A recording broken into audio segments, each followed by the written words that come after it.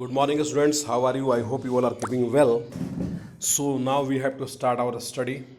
हम लोग को आज पढ़ना है बच्चों impact of globalisation on agriculture. मगर इसके पहले मैं आपको बता दूं कि आपको लग रहा होगा कि सर डायरेक्ट ये चैप्टर टॉपिक क्यों पढ़ा रहे हैं। इसके पहले तो फूड सिक्योरिटी है, बट इन योर सिलेबस, आपके सिलेबस में जो आप देखिएगा उसमें फूड सिक्योरिटी नहीं है। ठीक है, हाँ, फूड सिक्योरिटी उसमें नहीं है। अगर आपको उसके विषय में जानना होगा, पढ़ना होगा, तो ऐसा नहीं कि मैं आपको नहीं बताऊंगा, मैं आपको ज़रूर बताऊंगा। क्लास खुलेगा तो बता दूंगा, बट ये सिलेबस में नहीं है, इसलिए मैं इस पर भी डिस्कशन नहीं करते हुए अपने स्पीड को आगे लेते जा रहा हूँ।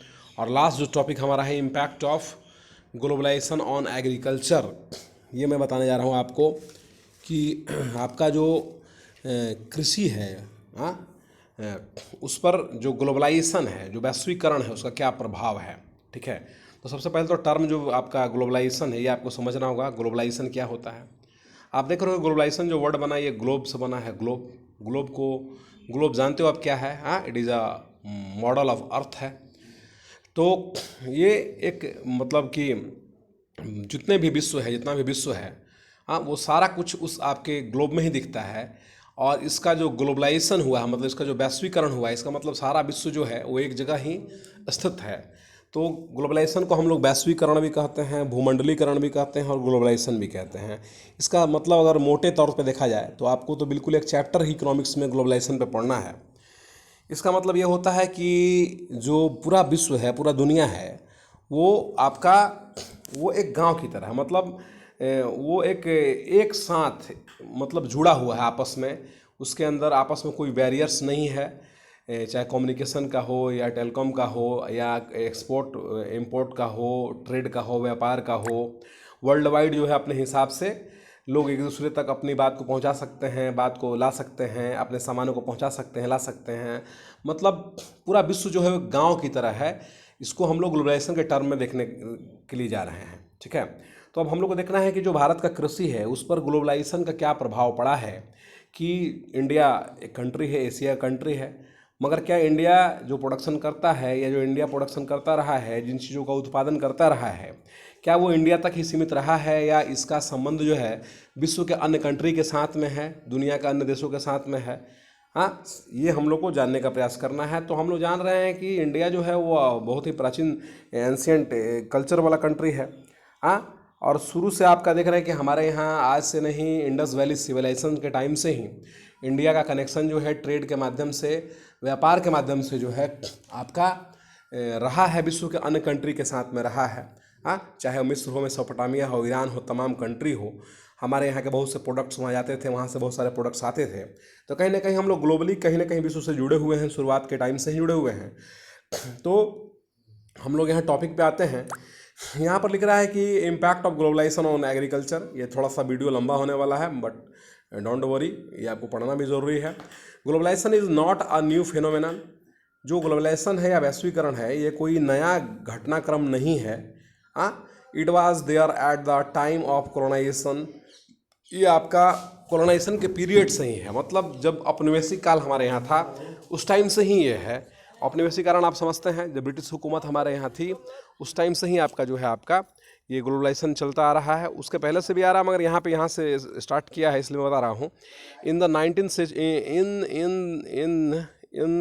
19th century when European traders came to India at that time too। आप जान रहे हैं कि 19th सेंचुरी में आपका जो है बहुत से यूरोपियन ट्रेडर्स जो है इंडिया आए थे। जाहिर सी बात है, ट्रेड टू टेरिटरी आपने पढ़ा है क्लास 8 के अंदर में। आपको ध्यान होना चाहिए कि एक व्यापारी कंपनी भारत आई थी जो एक साम्राज्यवादी कंपनी के रूप में बदल जाती है। तो वो क्या करने आई थी? At that time to Indian species were exported to different countries of the world and farmers of South India were encourage to grow this crops. आप जान रहे हैं कि भारतीय मसाला जो था, भारत का जो मसाला है, उसका डिमांड यूरोप में और ख़ास करके ब्रिटेन में भी रहा है, हमेशा रहा है, उधर पश्चिम के देशों के अंदर में। तो उन तमाम चीज़ों के लिए जो है वो यहाँ इंडिया में आए। और साउथ इंडिया में जो आपके पीजेंट्स जो किसान थे, उनको इनकरेज करने का प्रयास किया गया कि आप लोग जो है स्पेसीज का खेती करिए, आप उसका क्रॉप्स को लगाइए। Till today it is one of the important items of export from India. और आज तक भी जो हमारा इंडिया का काली मिर्च है वो पूरे विश्व में उसका डिमांड है, उसको उसकी मांग होती है, लोग वहाँ पहुँचाते हैं। तो कहने का मतलब है कि आप देख रहे हैं किस प्रकार से हमारा जुड़ाव है जो विश्व से रहा है। So during the British period cotton belts of Indian attract the British and ultimately cotton was exported to Britain as a raw material for their textile industry. आप जान रहे हो कि भारत के अंदर में जो आपका डेक्कन वाला इलाका है वो ब्लैक सॉइल का इलाका है और वहाँ पे कितना ज़्यादा कपास का प्रोडक्शन होता है। और जो इंडिया का कपास का प्रोडक्शन होता है, जो कॉटन का प्रोडक्शन होता है, वो नंबर 1 पूरे विश्व में है। और जब कॉलोनियल पीरियड था उस टाइम में ब्रिटिशर्स भारत में आए थे और उनको बहुत ज़्यादा सूती वस्त्र का डिमांड था, तो वो हमारे यहाँ से आपका कॉटन का खेती करके और यहाँ से कॉटन अपने यहाँ ले आते थे। और हमारे ही कॉटन के रॉ मटेरियल के माध्यम से उन्होंने अपने यहाँ बड़े बड़े इंडस्ट्रीज़ खड़े किए। और इस कॉटन के बदौलत ही वहाँ जो 2 जगह है, एक मैनचेस्टर और दूसरा लिवरपूल, आगे नाम इसका ही जाएगा, देखिए, industry in Manchester and Liverpool flourish due to the availability of good quality of cotton from India. अब जो 2 शहर वहाँ पे है, लिवरपूल और मैनचेस्टर, कहाँ, ब्रिटेन के अंदर में, वो दोनों जो शहर का विकास हुआ और डेवलपमेंट जो हुआ, वहाँ का जो इंडस्ट्रियलाइजेशन इतना आगे बढ़ा कॉटन इंडस्ट्री के अंदर में, तो उसका सीधा कारण जो था वो भारत का कॉटन था। भारत का कॉटन जाता था और वहाँ के फैक्ट्री के अंदर में, वहाँ के इंडस्ट्री के अंदर में प्रोडक्शन होता था सामान का, और हमारे यहाँ फिर वो कच्चा माल बन करके आता था फिनिशिंग गुड्स के रूप में, हमारे यहाँ या अन्य जगह बेचते थे वो लोग। तो कितना इंपॉर्टेंट रहा है हमारा महत्व, देखिए आप। You have read about the Champaran movement which started in 1917 इन बिहार। आप अगले चैप्टर में बिल्कुल इसको पढ़िएगा। आपने ऐसे सुना भी होगा कि चंपारण मूवमेंट जो है वो किस लिए जाना आता है, इंडिगो कल्टीवेशन के लिए जाना आता है।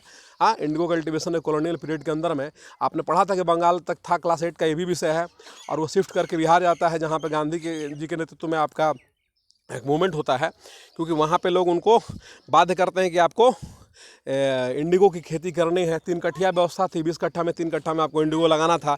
इस कारण से फर्टिलिटी जो हो ख़त्म हो जाती थी और वो फूड ग्रेन्स उनका उतना बढ़िया से हो नहीं पा रहा था, इस कारण से वहाँ मूवमेंट हुआ। तो यहाँ कहने का मतलब ये सब आपको आंदोलन नहीं पढ़ाना, मुझे बस यही बताना है कि इंडिया के अंदर बहुत से ऐसे चीज़ रहे हैं जिनका ग्लोबली डिमांड रहा है, जिनका वैश्विक स्तर पर, विश्व के स्तर पर डिमांड रहा है, और लोग उस चीज़ों को चाहते रहे हैं, और हम लोग उसको सप्लाई हमारे यहाँ अब ज़बरदस्ती हो या प्रेम से हो, जैसे हो, हमारे यहाँ से ये चीज़ें जाती रही हैं।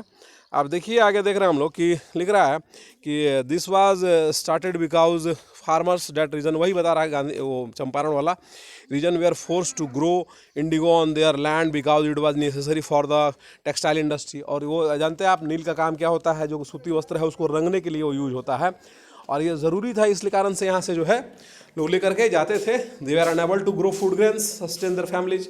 अब ये नील के चक्कर में मालूम चलता था कि वो अपने यहाँ अन्न उपज नहीं कर पा रहे हैं, तो उनके पेट पे सवाल उठ जाता था, पेट पे लात पड़ता था, तो इसलिए ये मूवमेंट हुआ था। हालांकि मूवमेंट में हम लोग को नहीं आना है। देखिए आप यहाँ पे लिख रहा है कि अंडर ग्लोबलाइजेशन पार्टिकुलरली आफ्टर 1990। आप ग्लोबलाइजेशन चैप्टर पढ़िएगा तो सारा कॉन्सेप्ट आपका क्लियर होगा, ठीक है, कि ये क्या है नहीं है, जो भी है मोटे तौर पर मैंने जो बताया वो सफिशिएंट है आपके लिए। So under globalisation particularly after 1990 the farmers in India have been exposed to new challenge. हाँ, 1990 के बाद आप जान रहे हैं कि एक ऐसा दौर आया जो आपका 1990 के बाद जो आपका मतलब ग्लोबलाइजेशन का दौर रहा, वो मतलब उदारवादी चरण का दौर रहा।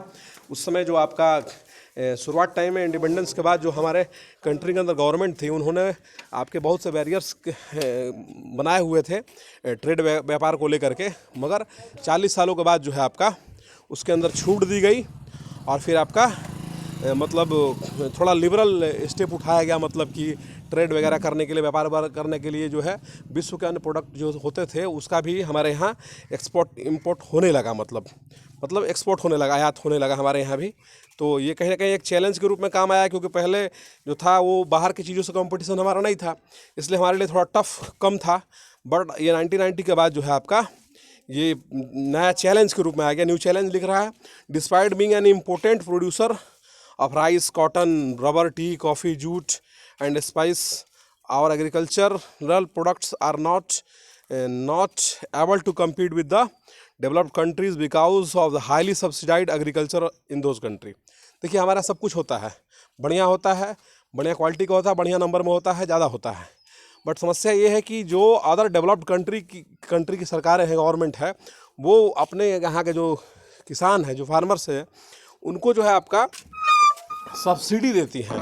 फर्टिलाइजर्स हो, सीड्स हो, इरिगेशन फैसिलिटी हो, तमाम चीज़ में उनको इतना सब्सिडी दिया जाता है, इतना उनको अनुदान दिया जाता है, उतना उनको अंशदान दिया जाता है कि उनको प्रॉब्लम जो है आपका नहीं होता है, उनको प्रॉब्लम नहीं होता है। और वो हम हमारे साथ अच्छा से compete कर पाते हैं। हमारे यहाँ गवर्नमेंट उस तरह हम पर ध्यान नहीं देती है, इसलिए जो है हम उतना प्रोडक्शन करके भी जो है हम उसके साथ टिक नहीं पाते हैं, compete नहीं कर पाते हैं। देखिए अगला स्टेप दिखा रहा है इसमें कि today Indian agriculture find itself at the crossroads. आज जो इंडिया का कृषि है वो अपने आप को एक दोराहे पर खड़ा दिख रहा है कि इधर जाएं कि उधर जाएं, किधर जाएं भाई। To make agriculture successful and profitable, proper thrust should be given to the improvement of the condition of marginal and small farmers. अब इसमें लिख रहा है कि टू मेक एग्रीकल्चरल सक्सेसफुल, जो ये कृषि है उसको अगर सक्सेसफुल बनाना है, सफल बनाना है, प्रॉफिटेबल बनाना है, तो उसको हम लोग प्रॉपर तरीके से हम लोग को ये करना होगा कि जो हमारे देश के अंदर में जो मार्जिनल और स्मॉल फार्मर्स है, देखिए 3 प्रकार के फार्मर्स हमारे कंट्री के अंदर में हैं। एक तो बिग फार्मर है, दूसरे आपका ये बिग फार्मर हो गए, फिर आपका ये दूसरा हो गया मार्जिनल, और फिर स्मॉल फार्मर्स हो गए। ठीक है, तो 3 टाइप के फार्मर्स है। इसमें आपका जो फार्मर्स हैं ये इनको जो उनके पास लैंड है उसके हिसाब से बनाया गया है।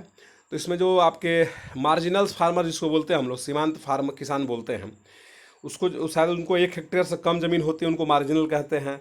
फिर आपका 1 हेक्टेयर से 4 हेक्टेयर तक जो ज़मीन होती है उसको स्मॉल फार्मर्स कहते हैं, और 4 हेक्टेयर से 10 हेक्टेयर तक जो ज़मीन होती है उसको हम लोग बिग फार्मर के रूप में जानते हैं।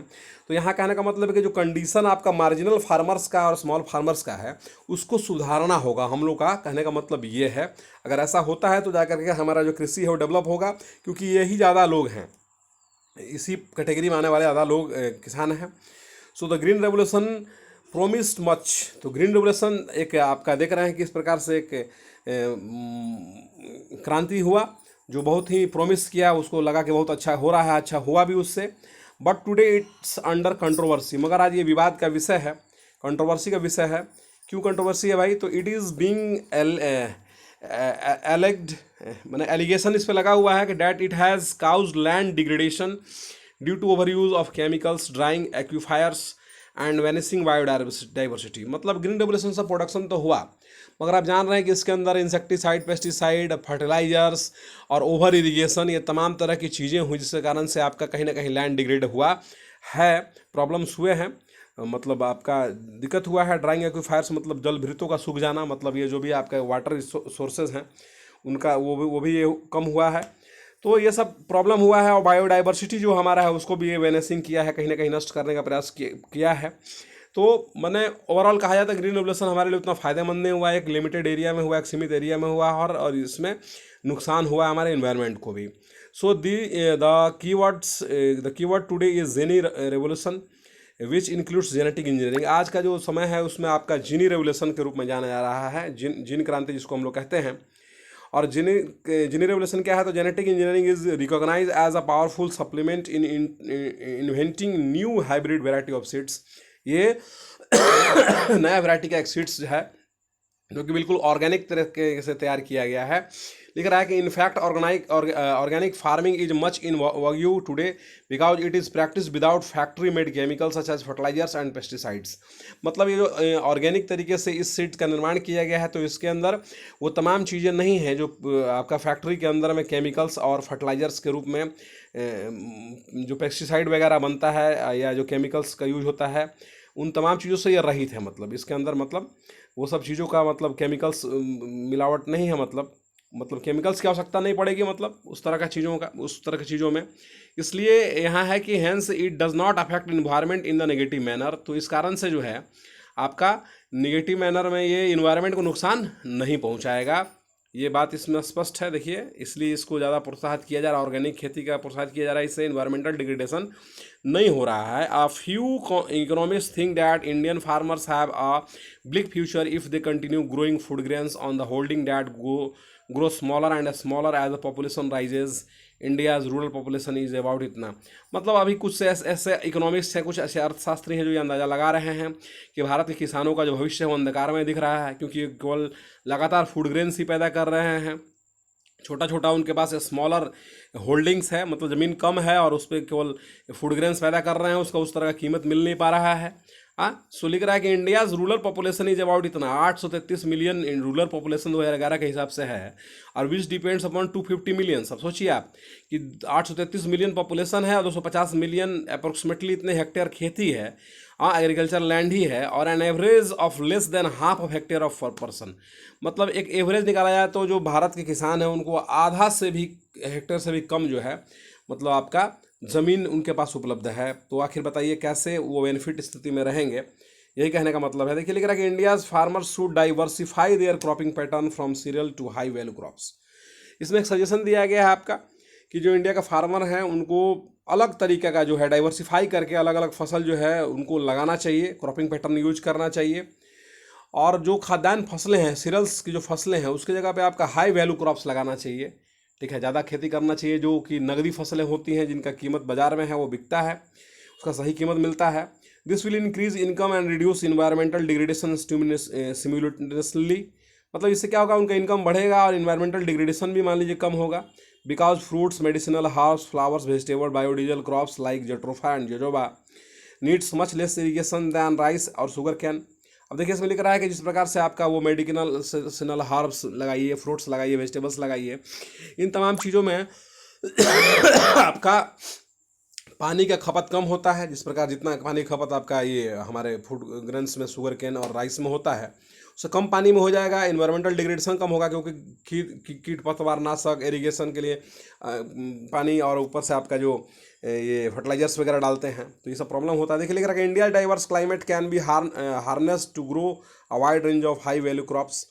और भारत का क्लाइमेट जो है उस तरह का है कि जिसके हिसाब से हम लोग अलग अलग फसल जो है लगा सकते हैं, मतलब हाई वैल्यूड क्रॉप्स लगा सकते हैं। तो स्टूडेंट्स इसमें आपका यही है। हाँ, और उसमें कुछ समझने लायक होगा तो आप लोग मुझे बोलिएगा। ये बहुत वीडियो लंबा हो गया है, उसके लिए मैं क्या कर सकता हूँ। चलिए।